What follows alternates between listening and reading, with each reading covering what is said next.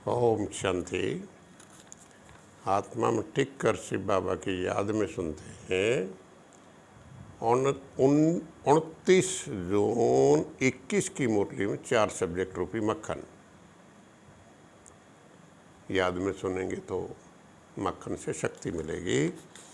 सार मीठे बच्चे, तुम हो रूहानी पंडे, तुम्हें गृहस्थ व्यवहार संभालते हुए कमल फूल समान बन याद की यात्रा करनी और करानी है।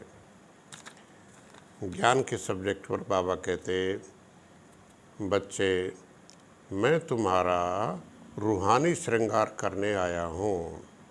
तुम कभी भी जिस्मानी श्रृंगार नहीं करना।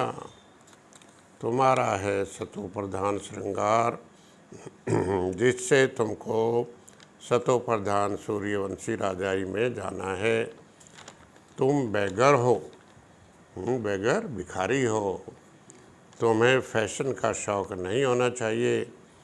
यह है बेहद के रूहों का एक ही बाप, जिसको मनुष्य पुकारते कि हमको रावण राज्य से राम राज्य में ले जाओ।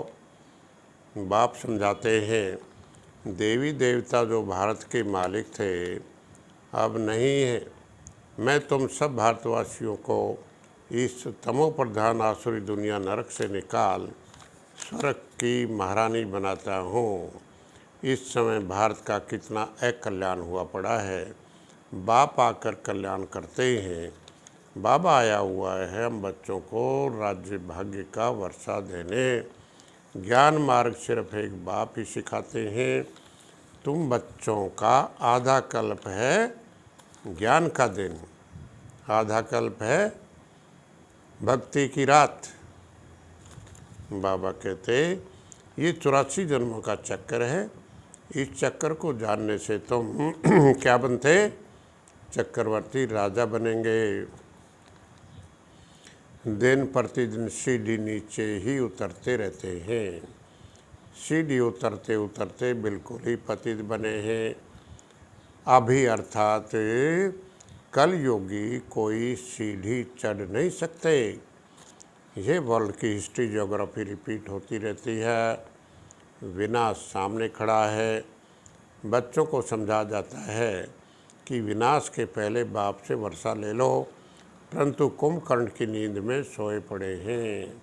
विपरीत बुद्धि वाले हाय हाय ही करेंगे।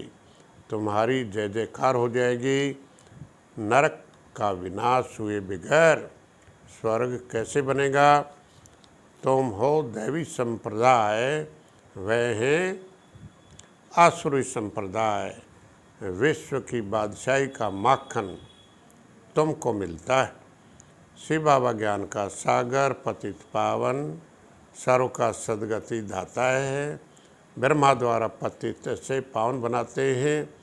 हमको पतियों का पति मिला जो हमको स्वर्ग में ले जाते हैं। योग के सब्जेक्ट पर शिव बाबा की याद से गोरा अर्थात पवित्र बनना है। बाबा से योग लगाए कर्मातीत अवस्था को पाएंगे। कर्मातीत अवस्था के कर्म के अच्छा या बुरा प्रभाव आत्मा पर न पड़े, ऐसी अवस्था याद से बनेगी। बाबा कह रहे हैं योग बल से ही विश्व का मालिक बनते हैं। हमारा है ही अहिंसा परमो दैवी धर्म। जैसे जैन धर्म में माना जाता है अहिंसा परमो धर्म है उनका, हमारा अहिंसा परमो दैवी धर्म बाबा ने जो स्थापित कर रहे। शरीर निर्वाहार्थ धंधा करते याद की यात्रा में रहना है। एक बाप दूसरा ना कोई।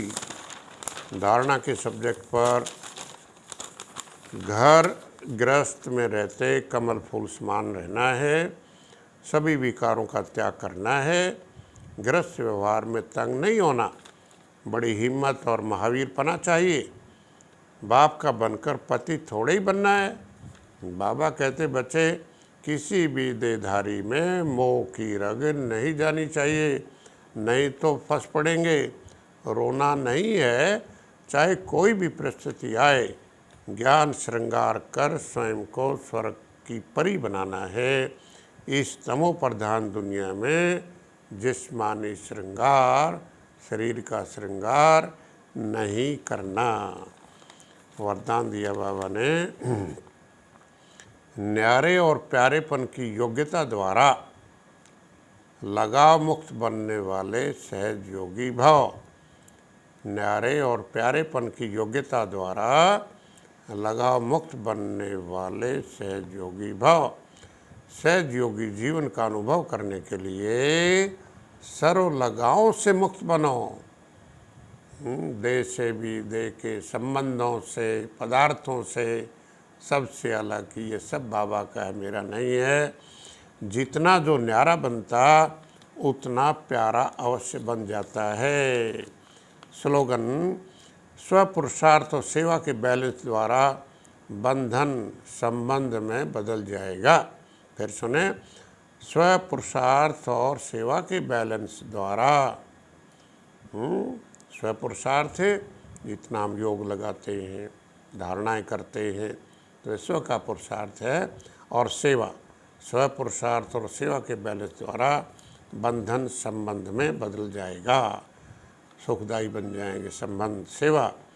सेवा के सब्जेक्ट पर सच्चा रूहानी पंडा बन सबको घर का रास्ता बताना है, गरीबों का कल्याण करना है, परंतु आवाज़ करने वाले बड़े आदमी अर्थात ऊंची अवस्था वाले भी चाहिए।